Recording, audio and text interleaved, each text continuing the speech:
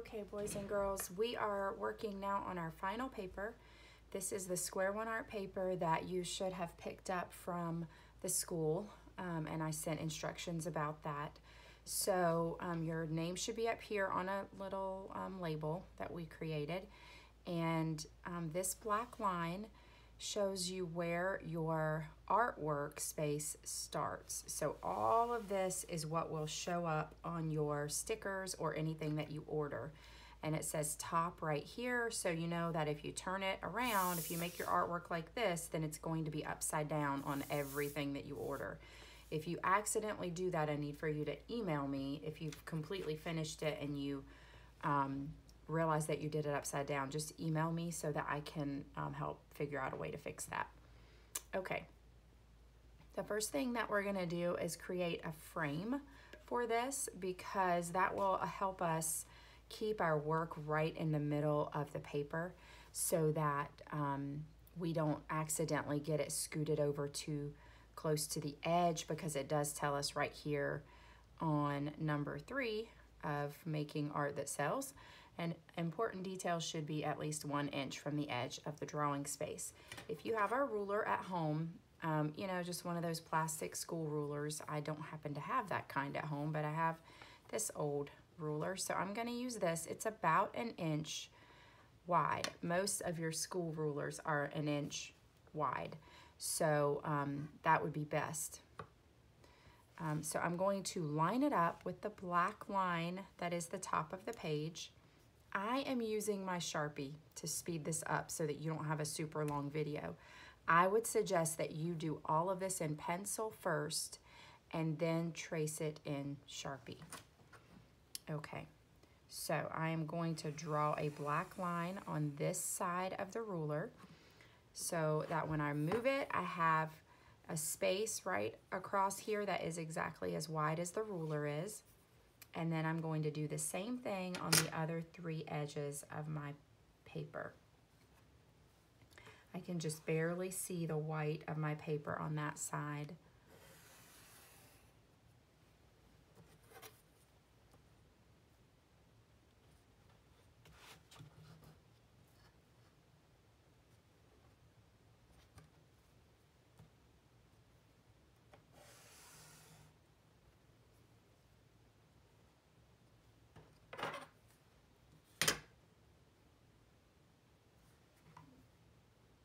You really have to hold your ruler tight when you do this, because it will slip and slide around. Okay. The next thing we're going to do is decorate the frame. So it's up to you what you want to use: lines, shapes, dots, that sort of thing. You can keep it simple. Here's an example of mine from another year, but you can see I just did some little lines in the corner here, or you can do a little bit more. So I'm going to put some hearts here in the corners. And again, I am drawing mine with Sharpie to speed up a little bit, but I really suggest that you guys draw it in pencil first. Okay, and then maybe I'll just do a little zigzag design here. You guys could do wavy lines. You could make it look like wood by adding some lines like you see on your wood table, just little streaks of lines. I have an example of that on my sun example, so I don't know if you can see that, but just some little lines that make it look like a wood texture would be fine too. Okay, so then the next thing we're gonna do is draw that cupcake. We want it large and in the middle of the paper. Remember that this gets shrunk down for smaller things like the stickers, or if you were to order a necklace. You don't want to have it small to begin with, because then when they shrink that whole paper down, your cupcake will be tiny. So we're going to draw nice and big, and again, use your pencil first. So point to the middle of your paper, and that's where I'm going to make a nice wide zigzag to sort of create that paper that we often pour batter into when we're making cupcakes. Okay, and then in on the sides, we want it to kind of taper in. Try to leave a little bit of room at the bottom for your shadow and in case you want to add a plate. And then it needs to be connected with a curve. That helps make it look more three-dimensional. And then we also talked about these lines where it folds. So you want to just give a little suggestion of that fold by drawing some lines here as well. Okay. Now we're going to make a little bump right here for where that cupcake batter can be seen. So you kind of typically will see a little bit of the cupcake right down here. And then we will add the icing. I would suggest that you make a little mark where you want to stop with the icing. You don't want to go into the frame space. And it just helps to know where you're going. So I made that mark kind of right in the middle. And I'm going to do a cloud line with 1, 2, 3 little bumps. And then if you want to make a swirl, you can drag this out and hang a little C off of it there. I don't have a ton of space for a swirl on mine, but that's okay. And then you're going to bump 1, 2, 3 back down. Okay. Here, I'm just going to add some lines to sort of make it look like the icing stops there. This will be my cupcake and this will be the icing. If you wanted to add a little cherry like this one, you could do that. I'm going to leave this one without this time. And then let's think about where the light would be coming. So if your light is shining this way, your cupcake blocks out the light and the shadow goes in the same direction.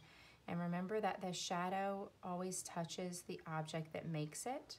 So I'm going to come out, going in that same direction, and then swoop back around.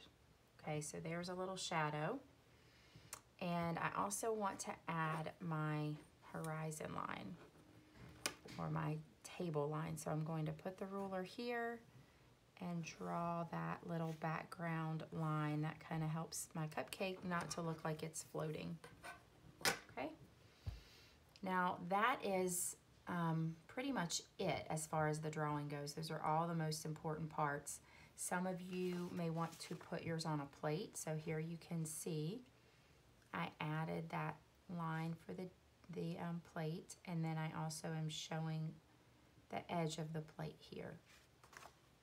So you can do that as well if you would like to. All right, this is a lot. So as we go through each of the steps, anytime that you feel like you're out of time, you know, we spend 35 minutes in art now each week. So if you need to stop and finish it up later or finish it up the next week, that is fine. I know that this is going to take you more than 35 minutes. So I'm going to stop here, and then the next part will show you how to color it in. Okay, at school, we are using markers for this project because the Square One art people tell us that crayons don't show up great, and neither do colored pencils. So if you have markers, that is what I would suggest. If you can't, that's what I'm going to demonstrate. But if you can't use markers, you don't have markers, that's fine. Another option would be crayon and watercolors. That's another recommendation that they have because that tends to show up well. So if you're going to do that, then I would suggest that everything here that's black, you go over it with a black crayon or a black oil pastel. And then you could use your watercolor paints if you happen to have, you know, just like a little tray like this.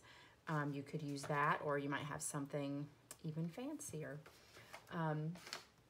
So those would be other options, but what I'm going to demonstrate is marker because that is what we are doing in class. And I'm going to video myself doing that, but it's going to be a sped up version. I'm putting the first layer on, and then we will will go back and add shading. So I'll talk to you about that when we get there. One thing to just be careful of as you are coloring in with marker is that you don't have too many of the same colors. So notice how I used yellow twice, but I made sure it was separated with pink here. I wouldn't want my frame to be the same color as any of these colors back here. And if your icing is going to be white, then we'll talk about the shading when we get to that part. But your icing doesn't have to be white. You could color that in with a different color as well. Okay, here we go. One more thing, I do suggest that you take a moment to kind of gather up the markers that you plan to use and think through it before you begin. My Crayola set has a lot of markers that are running out, so I sort of went through and decided what color each part was going to be and made sure that I had a marker that would work. So I pulled out a Sharpie, which is fine. You can use Sharpie with this. The black marker that you use should have been a Sharpie because that will keep things from smearing. I'm going to use this light blue Sharpie for some, I think for the shadow. And then I wanted a really light blue for the background. So if you want to go through and find colors that will work for different parts first before you begin, that would be my suggestion. If there is a color that you really, really want and you just don't have that marker, you could use a crayon for one little part. You just need to make sure that you completely color it in. Especially for the background, crayon would be okay. So if you were really looking for a light blue or a light green and you don't have that in a marker, you could do that for the background. Just use a crayon. Okay, so now we'll begin.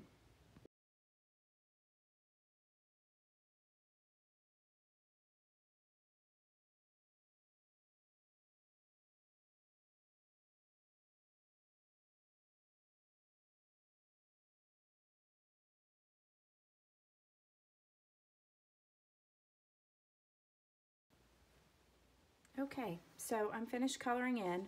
You guys might have noticed that I switched my red for purple because as I was working, I decided that the red and the pink were not gonna go well together right in the spot, but that was just how I felt. And you'll notice that I added some sprinkles. So for me, I feel like that helps to bring all the colors together and ties everything together there in the middle. So I liked that. And now we're going to add our shading. I'm going to show you how to do that very delicately with markers. And then we're also going to look at how you could use colored pencils to add shading as well. But the very first thing I want you to do to make sure this gets done is to write your name here in the corner as your artist's signature inside of the frame. Do not write it on the frame. It needs to be on that line or corner here inside the frame or here, wherever it works best for you. And all you need to write is your first name. Whatever mom and dad know you by is all we need. We don't need a last name. Okay, so that needs to be done with Sharpie. And even though it's dark down here, I can still see it, so that's fine. Don't worry about if your background is dark. Now what we're gonna do is add shading to those same places where we added it last time, only we were using pencil in the practice and now we're using marker. So I'm going to double layer my cupcake wrapper in the places where it would be shaded. If the light is shining this way and these little points are creasing in, then they are going to appear a little bit darker. So I'm just going to take my marker and just go over that a little bit in that area. So only right in here where it is pointing up, basically. That looks like an up arrow.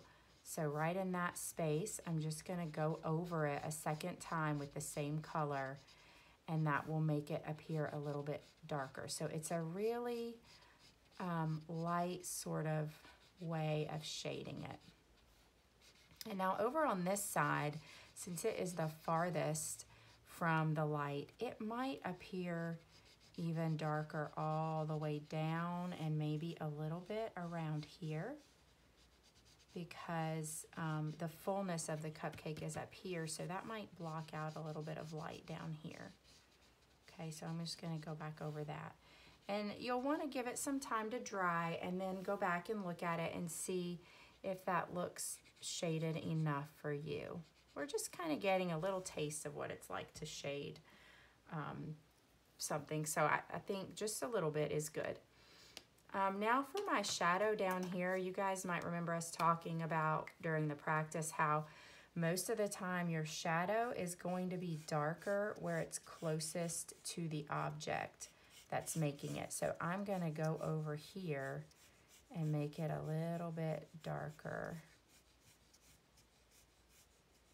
And just trying to sort of let it fade in to the rest of that. So that should look a little darker. And again, it needs to dry before we can really judge it.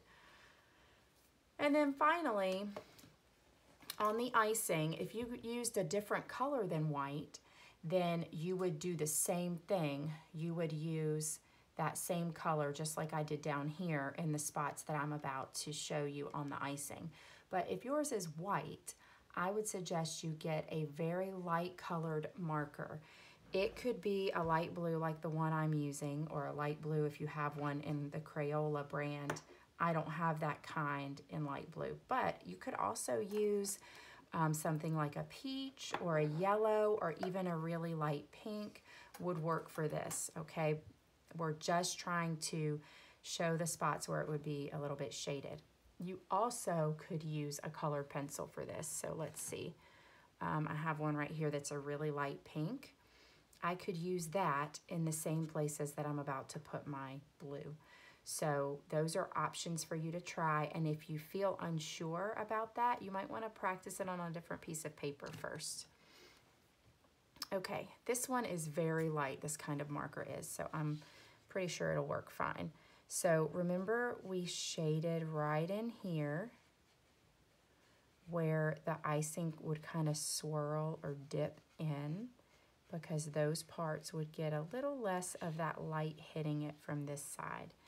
And this swirl here would definitely be shaded, and most of this whole side would be a little bit shaded. So I'm gonna run my marker right along the side there and then a little bit towards the inside, and that will help to make it look more like it is swirling, fluffy.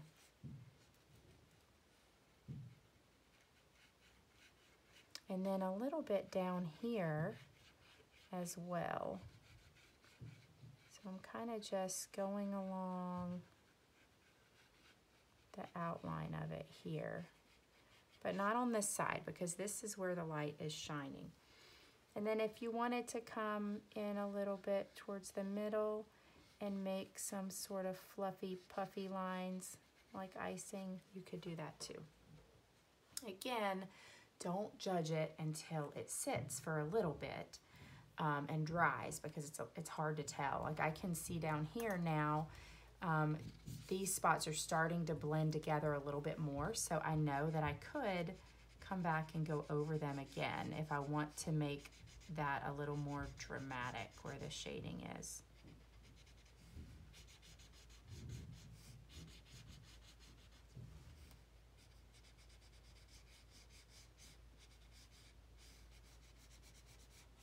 And this is one of those things you just got to keep working on until you are satisfied with it.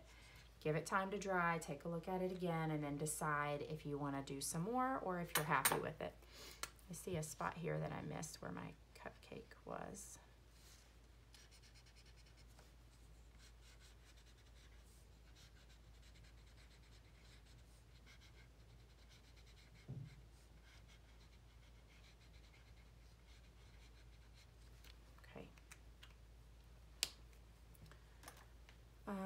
And I think I'll show you myself with a little bit of a colored pencil. Here's that a similar shade of the blue, and I'm just gonna come back in here and show you how you can use that as well.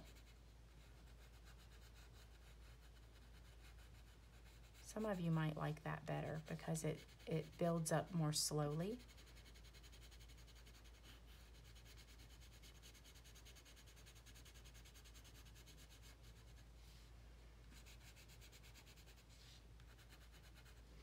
Okay, and I'm gonna stop there. So lots of options for you as you're adding the shade to your cupcake. Just take it slow. I hope you're enjoying it and having fun. Let me know if you have any questions. So when you're finished and you've got your name here and your tag is up here, let it dry and then bring it back to school and put it back in the folder that it came from, and have that done by March 1st, and I will be able to submit it for Square One Art.